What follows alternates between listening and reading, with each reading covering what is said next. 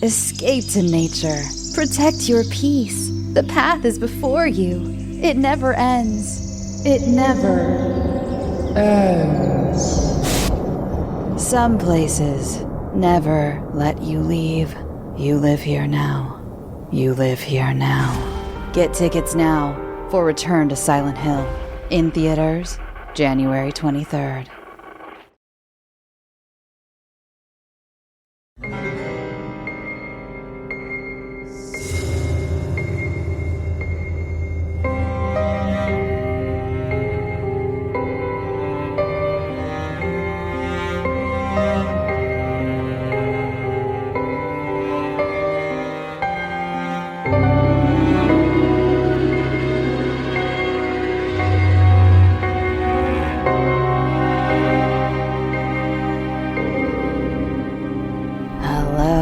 Welcome to Scare You to Sleep. I'm your host, Shelby Novak, and I'm here to read you a bedtime story. Before we begin this evening's episode, I caution you to read the trigger warnings if you don't mind spoilers and you feel you may be sensitive to certain subject matter. Tonight's tale comes to us from author A.J. Evans. This is Cucked.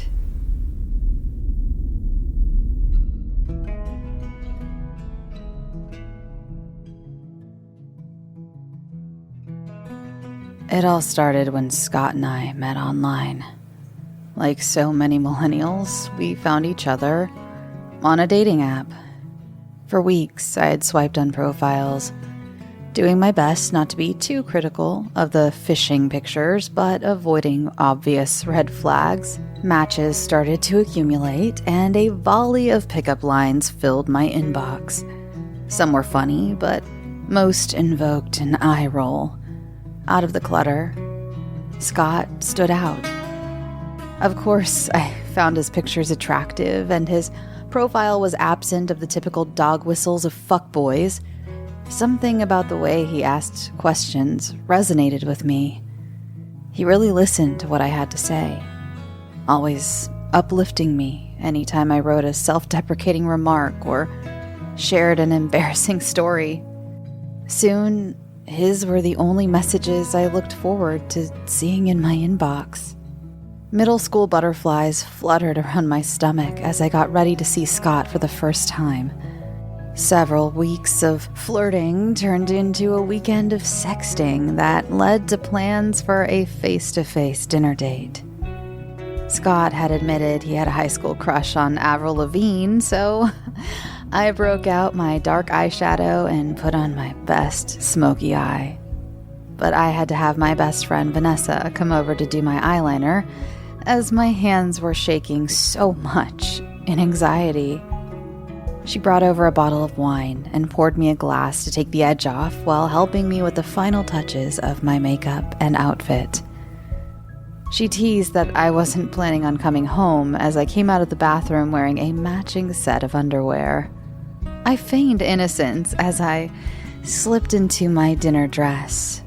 Before he arrived, I gave her a check-in time as well as an emergency word just in case things went south. My reservations melted away as Scott and I chatted in the car on the way to the restaurant, a newly opened ramen shop. He looked dapper in his button-down, and he had picked a tie to match the color of my dress. It wasn't long before we slipped into playful, flirty banter. I felt the butterflies in my stomach pitch from anxiety about the evening going wrong to excitement about the evening going right. We sat at the restaurant for 2 hours, just talking. We moved from subject to subject, each sharing our ideas and opinions. It's hard to describe just how well we fit together. Nothing felt performative or forced. Perspectives were shared and acknowledged, and even in disagreement, there was a mutual respect for one another. When my check-in call rang, I affirmed the evening was going well and suggested that Vanessa not wait up. We paid the bill and rode back to my apartment for a nightcap. I will spare the sordid details, but let's just say that our physical acumen matched our conversational ones, with him making sure he understood my point. Twice. Scott and I discussed moving in together after dating for a year. Both our careers lagged behind the soaring cost of inflation, and rent prices shot through the roof as private equity managed rental properties attempted to squeeze blood out of their stoned tenants. A week after celebrating the anniversary of our first date, we sat down with a spreadsheet and started to make budgets to determine what we could afford as a couple. We found a 3-bedroom, 2-bath house for a reasonable rent in a rural neighborhood. It meant a 45-minute commute for Scott, but the house provided plenty of space for us to grow. The next month, we signed the paperwork and started moving in. 3 weeks later, I picked at my fingernails, a nervous habit that I developed in middle school, as I stood in the living room waiting for Scott to walk in from the garage. I focused on the sensation of the smooth acrylic surface sliding between my fingers and thumb as I heard the motor of the garage door hum. My anxiety sank into my gut like a lead anchor. Scott pulled me into his arms the moment he saw the state I was in. I pulled back to tell him I was a week late. I forced myself to stare up at him, fighting the urge to run and hide. Scott's look of male confusion gave way to understanding. Without hesitation, he pulled me back into his chest and stroked my hair. That was when the tears started to pour out of me. After a few minutes, he asked me if I was okay. I nodded and we moved to the couch to discuss our future together. Neither of us had given much serious thought to having kids, although the topic had come up in passing. We weren't opposed to having children, but Scott and I were both in our mid-20s, only a few years into working in our careers and paying back student loans. Luckily, the house was big enough that we could start a family without needing to move, but that had always been a distant dream. Suddenly, that dream was racing towards us, and I couldn't help but feel like a deer in the headlights, frozen and unsure of where to go. Scott was wonderful. All my fears about his reactions were dispelled the moment he pulled me into his arms. I'm sure he was just as concerned as I was about how we could afford to raise a child, but he put his worries aside to make sure that I was okay. I knew then that I wanted to marry him, even if I was still uncertain about having children at that moment. 2 days later, my period arrived. Much like my first, it brought a relief from anxiety and also a sense of loss. Scott and I were careful not to chance another scare. I started taking birth control, and he made sure to keep a pack of condoms in nearly every room in the house. It wasn't long before both of us hit our stride at work. Scott earned a promotion that came with a significant pay raise.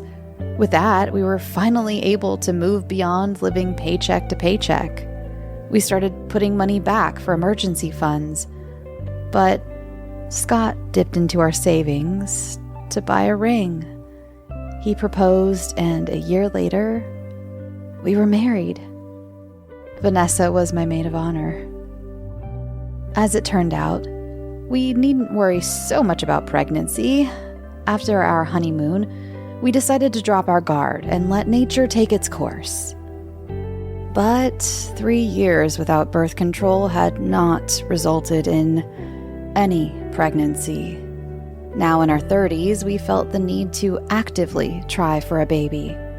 Hormone charts and ovulation calendars decorated our fridge as we scheduled our baby-making sessions to optimize success. With each negative pregnancy test, I could feel my womb wasting away as my biological clock ticked towards self-destruction. The phrase geriatric pregnancy powered my sex drive fueled by anxiety. Scott did his best to support me, but I could see that the stress was affecting him as well. Not being able to knock me up stung him deep down in the recesses of what it meant for him to be a man. I was scared that he would come to resent me for not being able to have his children. Eventually, we went to a fertility clinic to determine why we could not conceive. It started with simple hormone blood work tests for both of us. Additionally, I had to have a uterine exam that involved dye injection into my uterus to look for deformities. Scott had only to submit a sperm sample. Needless to say, he got the better part of the deal. As it turned out, I had uterine fibroids, non-cancerous tumors that make it hard for fertilized eggs to attach to the uterine lining. The clinic recommended in vitro fertilization treatment to even the odds that we would successfully conceive. We took a week to discuss our options and expenses, including the cost of adoption, but in the end, we decided to do the IVF. The IVF clinic was a 2-hour drive away, but we were assured that the clinic was one of the best in the country with 90% success rates. I felt an odd sense of dread as we approached the welcome desk. At the time, I chalked it up to my nerves. But now I wonder if my body was trying to warn me, a natural instinct that sensed their ill intentions. We had been trying for so long, and I feared that this would be our last hope. I didn't want to disappoint Scott, so I pushed all my uneasy feelings down deep and put on my worldly smile while feverishly picking at my fingernails. We checked in and sat down in the waiting room, filled with other couples, each fidgeting nervously, waiting to be called back. After 20 minutes, we were taken to an exam room to talk with a nurse. She wore a pair of black scrubs that made her silver hair stand out on top of her head.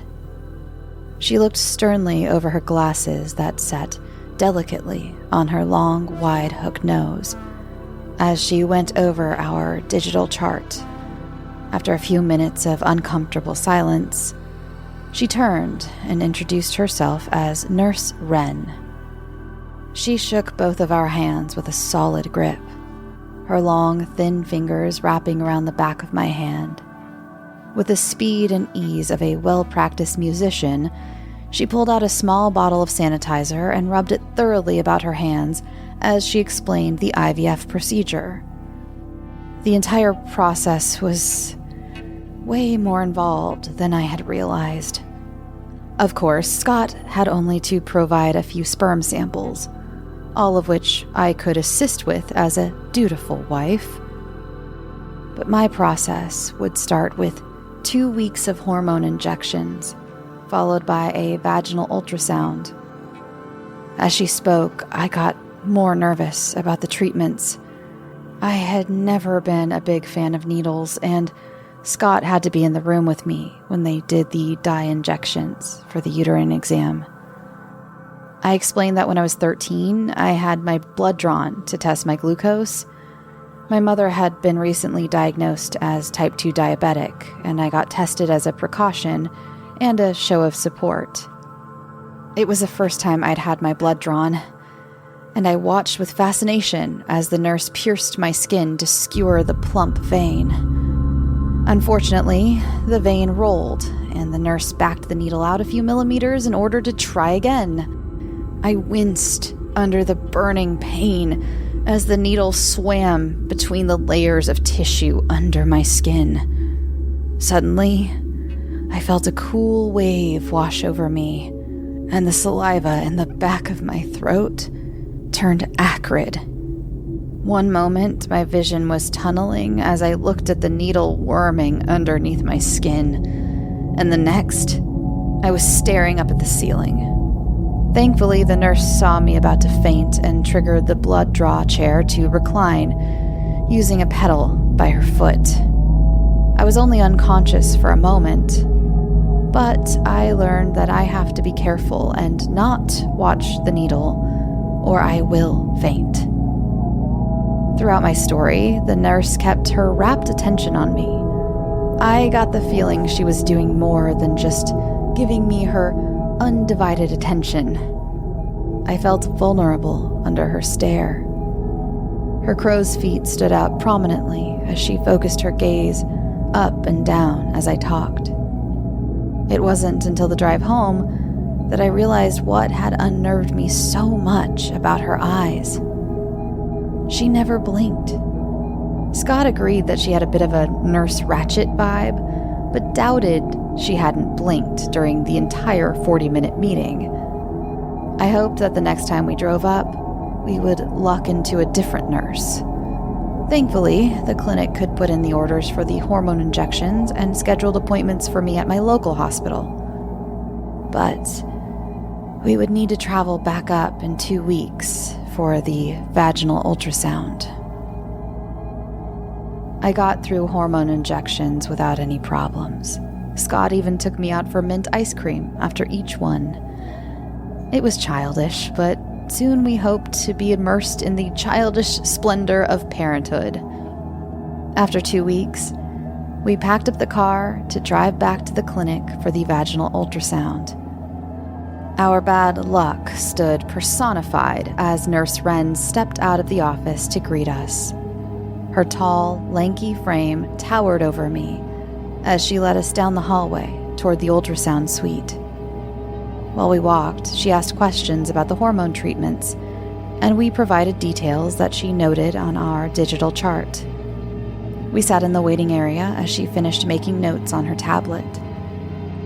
She told us the ultrasound technician would be out shortly, and they would finish checking us out once the procedure was complete. The entire time she spoke to us, I kept my eyes glued to her eyelashes, looking for signs of a single blink. Suddenly, she looked up at me, and I saw a thin film emanate from the corner of her eyes and shoot across, enveloping the lens in a transparent lid. The action was so sudden that I jumped in my chair. Scott turned and I began to stammer, but when I looked back at Nurse Wren, her eyes were clear and focused with the same stern expression she always wore. She assured Scott that it was just a bit of nervous jitters. She told him that vaginal ultrasounds were a touch invasive and that many women experience a bit of anxiety prior to the procedure. She offered to check with the on-site doctor for a one-time dose of Valium to help calm my nerves, but I declined while staring down at my shoes. She charted my refusal of medication and assured us that the technician would call our name shortly. The ultrasound technician did her best to make the imaging as comfortable as possible, but I still felt like a sexually abused muppet. Scott squeezed my hand and did his best to offer emotional support to me as I dealt with competing emotions of embarrassment, shame, and frustration. I bit down on my lip as she pushed against my cervix in order to get the right angle for imaging. Tears welled in my eyes, and I couldn't help but picture the eyes of Nurse Wren, slightly clouded behind that thin membrane. Scott stroked my hair gently as the technician pulled the wand out and informed us that the doctor would have to come in to complete the egg extraction. Of course, my uterine fibroids made it difficult for the technician to extract my eggs vaginally. Soon the doctor walked in with the longest needle I have ever seen. I nearly fainted from the sight of it. After I regained some color, he apologized and explained that I was going to be put under some light intravenous sedation for the procedure, given my extreme reaction to the needle. Nurse Wren came in to place the IV, her mask comically large thanks to her long nose. I couldn't help but stare at her eyes, the only distinct feature behind the surgical mask and cap. Scott was escorted to the waiting room by a technician, and soon, the world began to shrink as my vision tunneled under the anesthesia. While unconscious, I dreamt of the needle puncturing through my skin, slicing into muscle and tissue on its journey to my ovary. My eyes welled with tears as the doctor extracted my eggs through the surgical steel shaft penetrating my body, all under the guise of Nurse Wren, the corners of her mouth drawn up in a vicious smile. I pictured her unblinking eyes, vibrant in crazed anticipation as my body was drained of ovum. My screams of pain were drowned out by the whine of the vacuum motor as the doctor thrashed the needle from side to side like an unhinged lobotomy. I turned my head and saw a glass beaker half filled with tiny ovum floating in a solution of blood and mucus. I could feel the life drain from my body as the doctor pulled the needle and the speculum out from between my legs. I awoke in a darkened room with Scott holding my trembling hand. Nurse Wren entered the room and let us know that we were ready for checkout as soon as I was able to get dressed. We were due back the following weekend for implantation. Thankfully, that procedure was significantly less painful than the ovum retrieval. I was back in the stirrups with the doctor ratcheting me open with a cold speculum, but this time it was a long, flexible catheter that was gently placed into my cervix. The doctor attached the other end to a syringe and, with a little bit of pressure, the fertilized eggs were dispensed to my womb. The whole thing took less than an hour. Nurse Wren met us at the checkout area to remind us that we would need to set an appointment with our family doctor to run blood tests to confirm pregnancy in 12 days. I did my best to avoid direct eye contact with her as she spoke. As we drove out of the parking garage, I let out a sigh of relief that we were finally finished with Nurse Wren. Even if the procedure didn't take, Scott and I had already agreed to try again at another clinic. Those 2 weeks were the longest of my life. Aside from Scott being hypervigilant for every speed bump and pothole while driving, I felt my own anxiety ratchet up as I marked off days from the calendar. We wanted a child so badly, and I knew that if the pregnancy didn't take, it was because of my fibrosis. I consumed myself with work, trying to keep myself occupied, but after completing 2 weeks' worth of work in 4 days, my supervisor informed me that I would have to wait for the next round of shipments to arrive before I could do any more. So, I went home early to binge watch Netflix, hoping to numb my mind with brainless reality television shows. As much as I wanted to sleep the time away, I lay staring at the inside of my eyelids at night, imagining my child struggling to grow inside of me. Scott and I were out walking around our local park when the hospital called with our results. My legs turned to jelly, and I had to sit as Scott thanked the receptionist for the good news. Tears rolled off my cheeks and splashed onto my calf as Scott crouched next to me and whispered, "You did it." The quiet walk transformed into a fervid discussion on what preparations needed to be done at our house. Each of us had been brainstorming our own ideas, but we had not been discussing it for fear that it would jinx our chances. Now the floodgates were open. We sat down to put our plans onto paper and worked to turn our house into a home. The first months of pregnancy weren't bad. In fact, Scott bothered me more than any morning sickness. I know he meant well, but he treated me like a porcelain doll, fragile and delicate, which, while very sweet, pissed me off to no end when he prevented me from getting stuff done. The volcano finally erupted into a huge fight that started over me using a step stool and ended with me digging my fingernails into Scott's chest as I straddled him on the kitchen table. Having proven to him that I would not fall apart, even with the most vigorous jostling, he let me get back to work in the house. At 10 weeks, we went in for our first ultrasound appointment. Thankfully, we were finished with the IVF clinic, and the ultrasound took place with my local hospital under the orders of my OBGYN. Scott and I sat in the waiting room, talking with all the other expecting parents and swapped ideas for baby names. As it turned out, we were in need of some backups. IVF treatments have relatively low success rates. It's a common practice to fertilize several eggs for implantation in the hopes that at least one of them will attach to the uterus. Nurse Wren had said that 12 fertilized eggs were injected into me during our last appointment to boost our odds with the fibrosis. Even knowing this, the idea of twins had never entered our minds. But looking at the monitor, we saw the outline of 2 childlike blobs. Escape to nature. Protect your peace. The path is before you.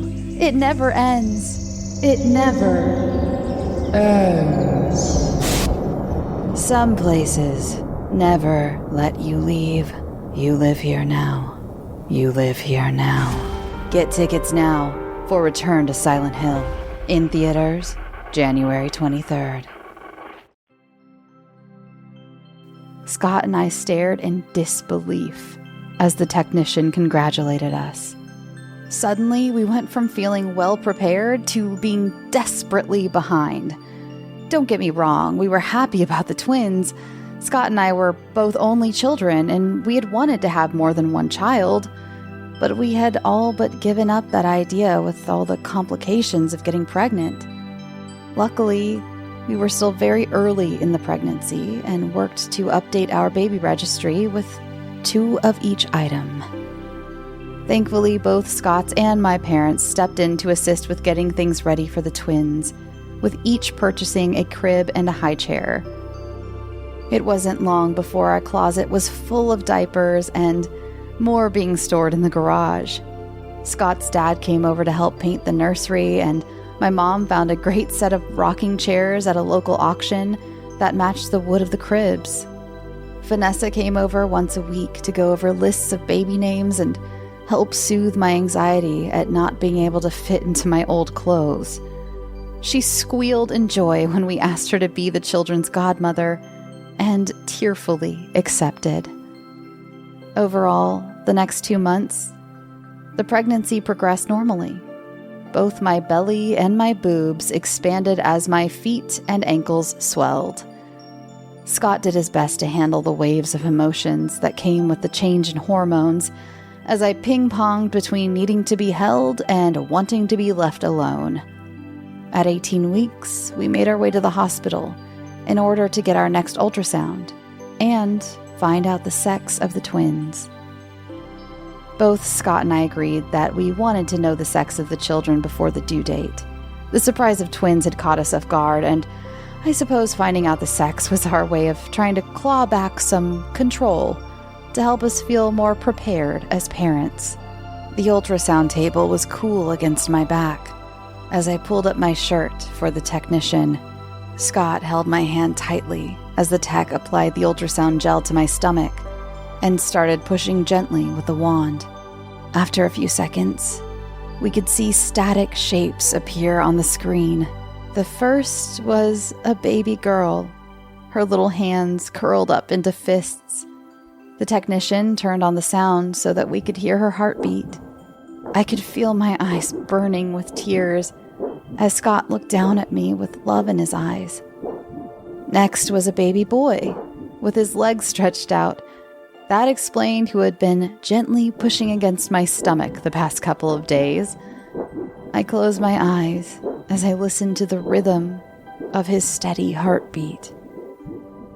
That is when I heard Scott gasp in shock. I stared up at Scott's face, a mask of utter disbelief. I followed his gaze toward the monitor, and I stifled a scream. Staring back at me was the silhouette of a child, with large eyes and a long nose. My first instinct was to turn away in disgust. The features of the child invoked a sense of nausea that nearly caused me to retch. Scott asked how the technician missed the third child during the first ultrasound. The tech simply explained that at 10 weeks, the fetuses were very small and that it was not uncommon for a twin or triplet to be discovered at the second ultrasound. Scott continued to discuss things with the technician, but I sat with my hands covering my mouth as I stared at the image of that thing in my womb. Even then, I could tell that something was deeply wrong. The drive home was a quiet affair. Scott was still shell-shocked from the news of triplets. But I was overwhelmed with a sense of worry and dread, the likes of which I had never felt before. Something told me that the third child was not ours. I had heard horror stories of fertility clinics that mistakenly implanted the wrong set of eggs, or worse, doctors that used their own sperm to fertilize a patient's ovum.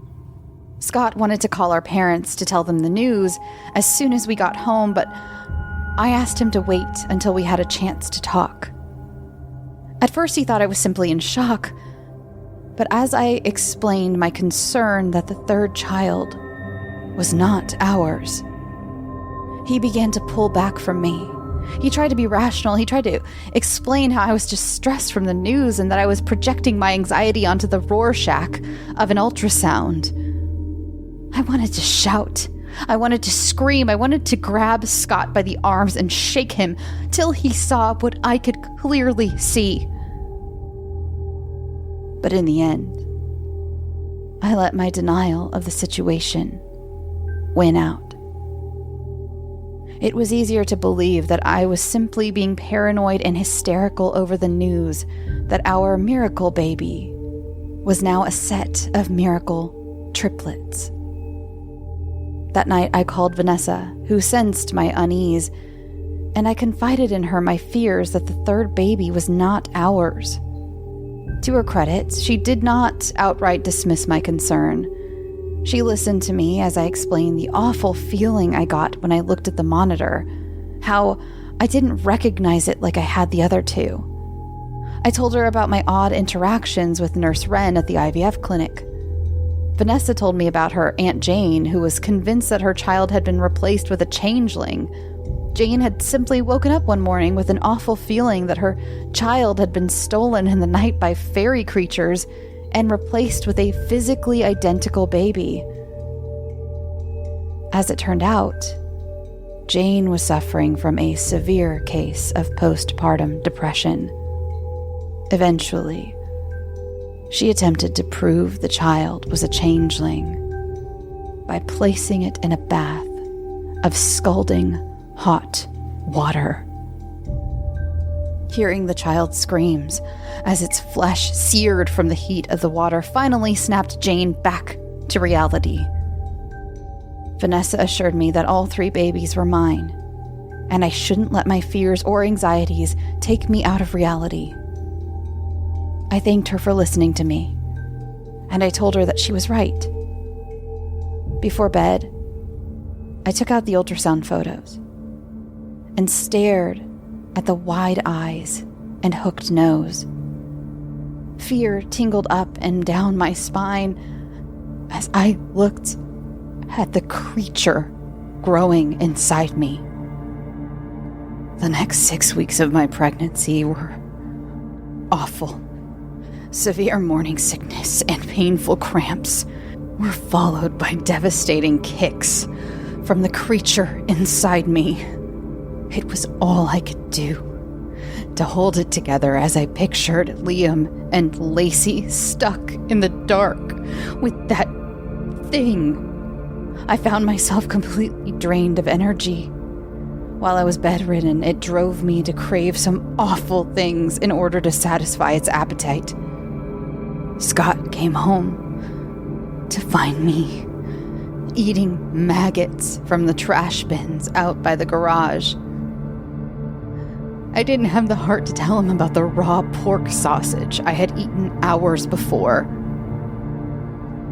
24 weeks into the pregnancy, Vanessa found me on the floor of the bathroom in a puddle of blood.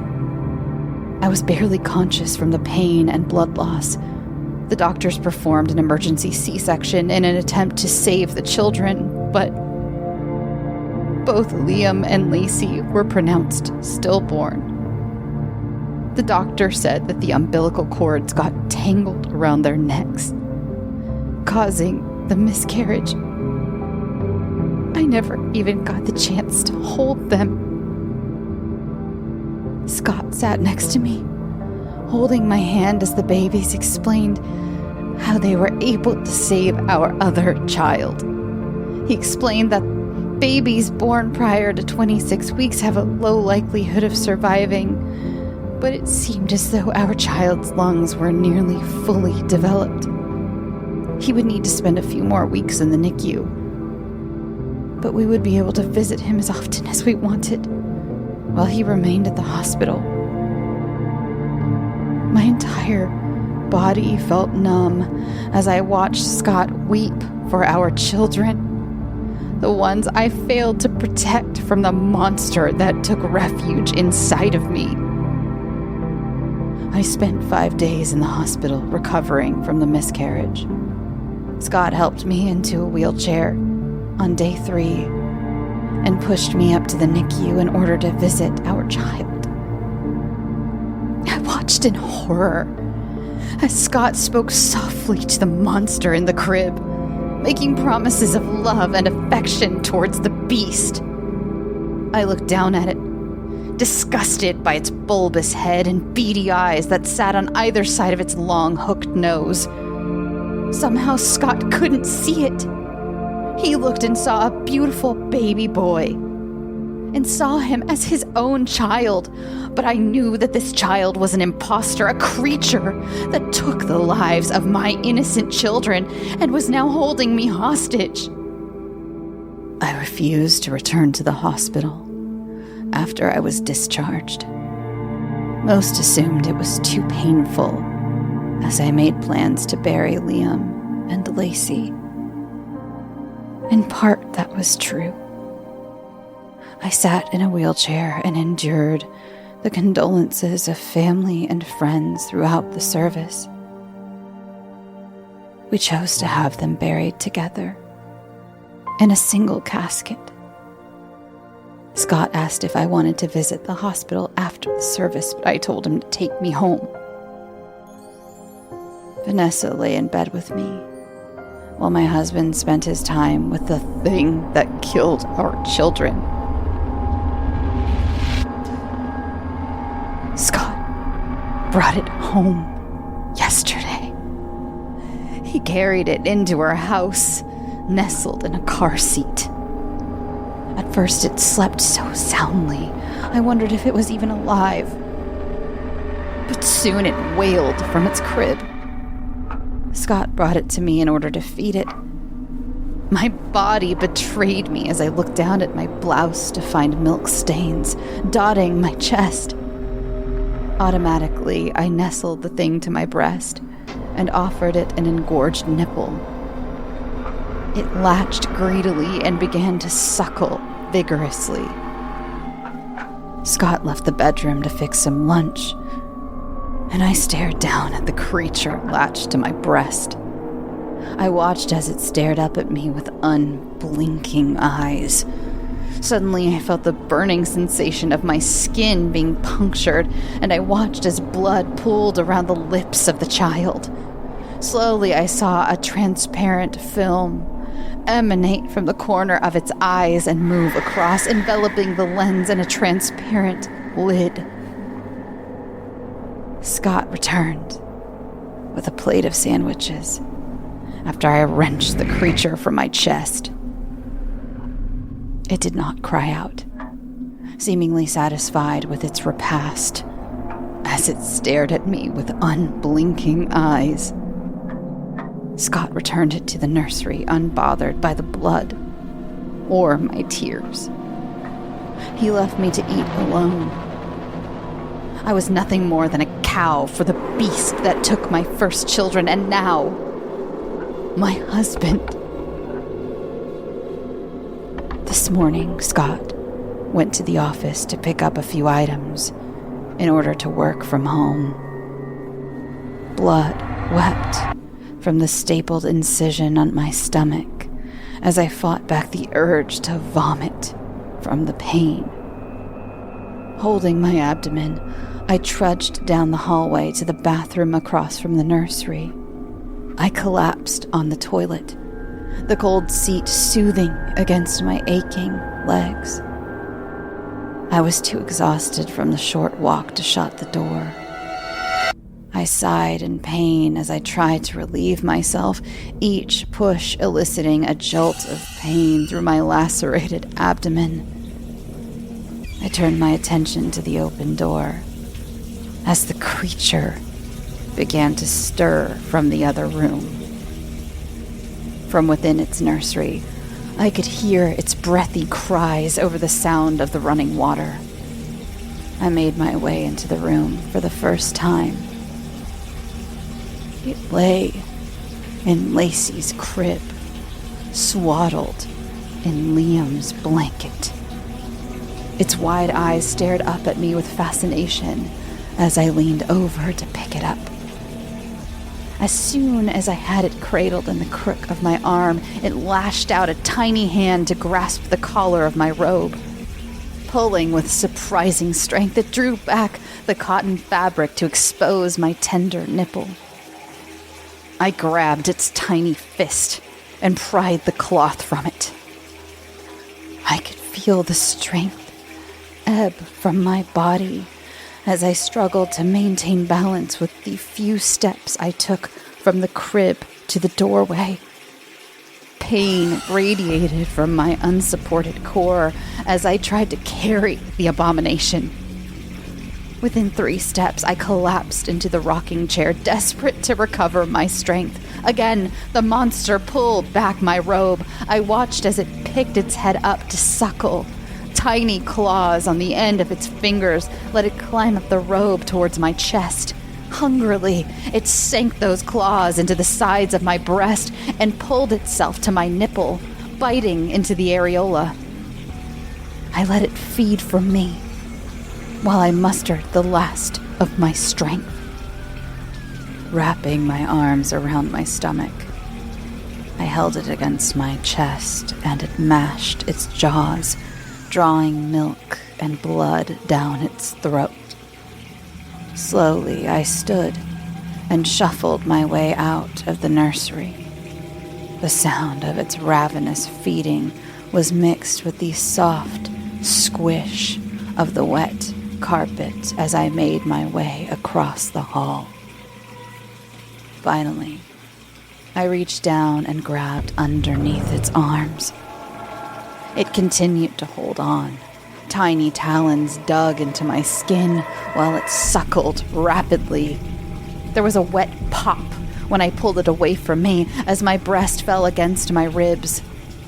Letting go, I watched for the last time as the transparent film emanated from the corner of its eyes and moved across, enveloping the lens in a transparent lid from underneath the water in the overflowing bathtub. It sank to the bottom and thrashed in an attempt to resurface. I collapsed to my knees in order to reach down and hold it against the basin. Eventually, the thrashing slowed, then stopped completely. The world began to shrink as my vision tunneled.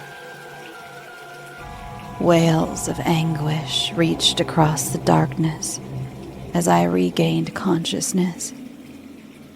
Scott sat across from me with a baby, cradled tightly to his chest.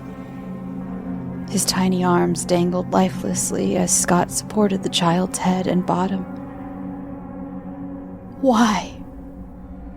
was all that Scott could say. In between sobs, he placed the body on the wet floor and attempted to perform infant CPR. I looked down at the bloodshot brown eyes, staring dully up at the ceiling, and for a moment, I felt a pang of regret. But I could not allow that nestling to destroy any more of my life.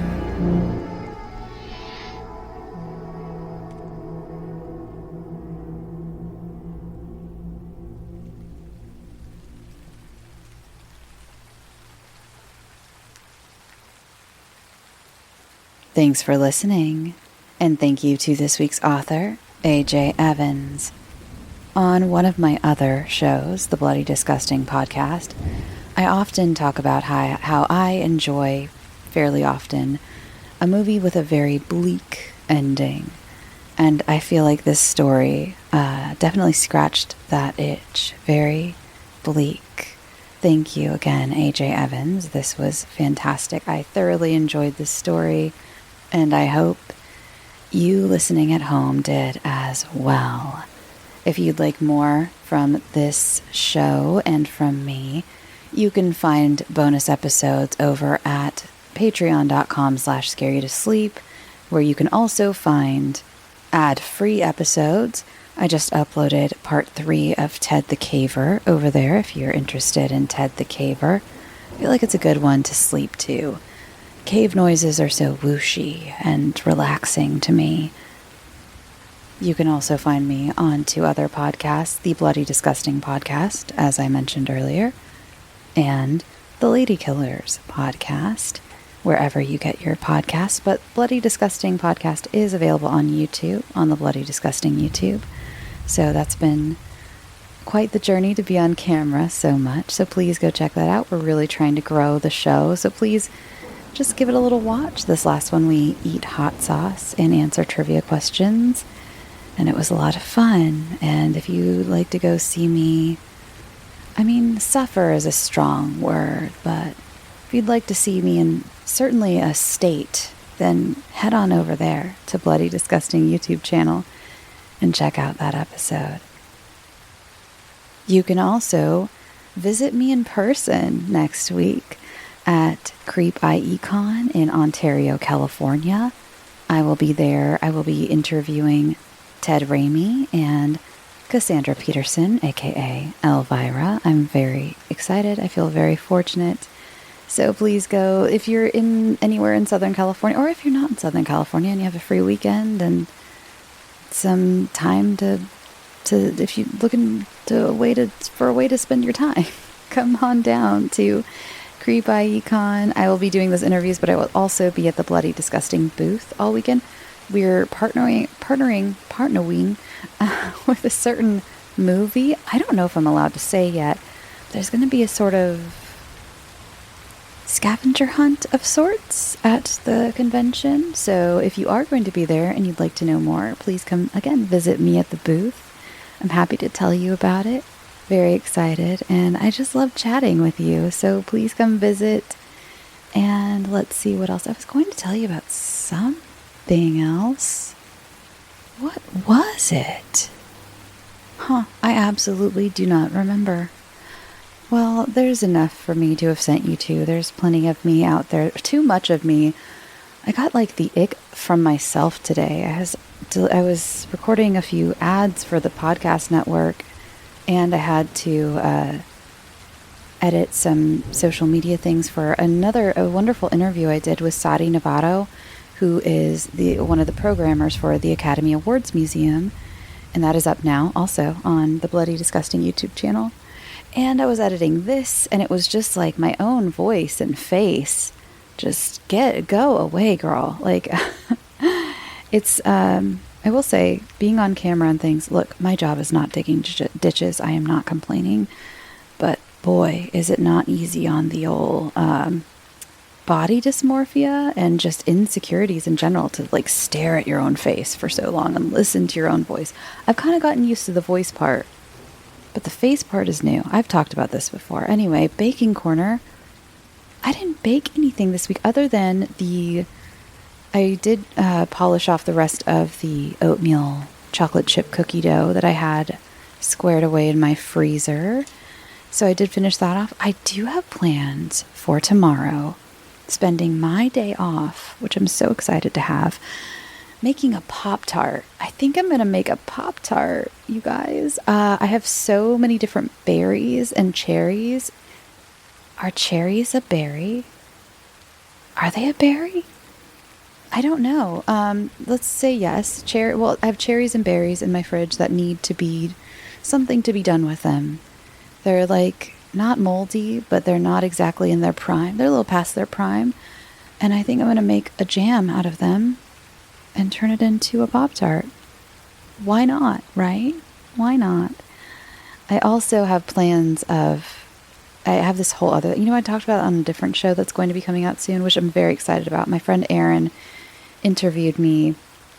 Not really well, yeah, because we did talk a lot about like me and everything, but we talked a lot about found footage movies, and we did talk about baking because he knows I love to bake, and I told him all about this plan I have for this recipe I'm going to put together.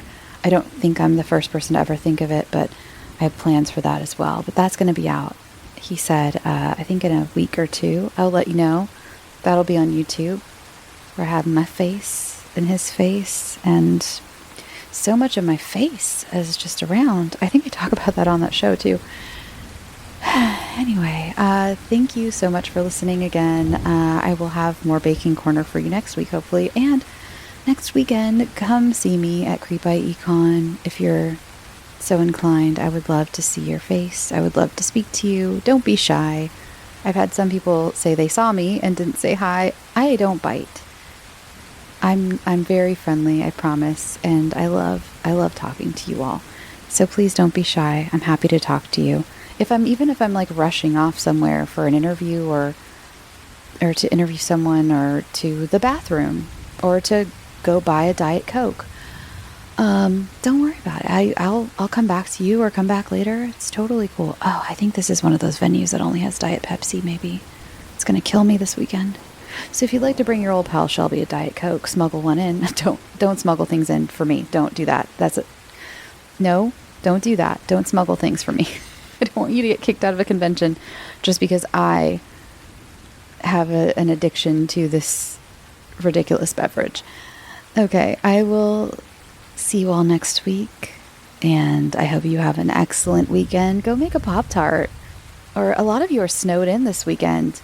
What are you doing? What's that? What's the haps on that? I spoke to a couple of my friends today who live in snowy places, and it is just such a foreign concept to me. So I feel for you. And are you going to make cinnamon rolls? I feel like that's a good snowy day thing, but I also have no idea. Anyway, sending you all good vibes to get through this snowy weekend if you are experiencing it. And go get some sleep. Sweet dreams.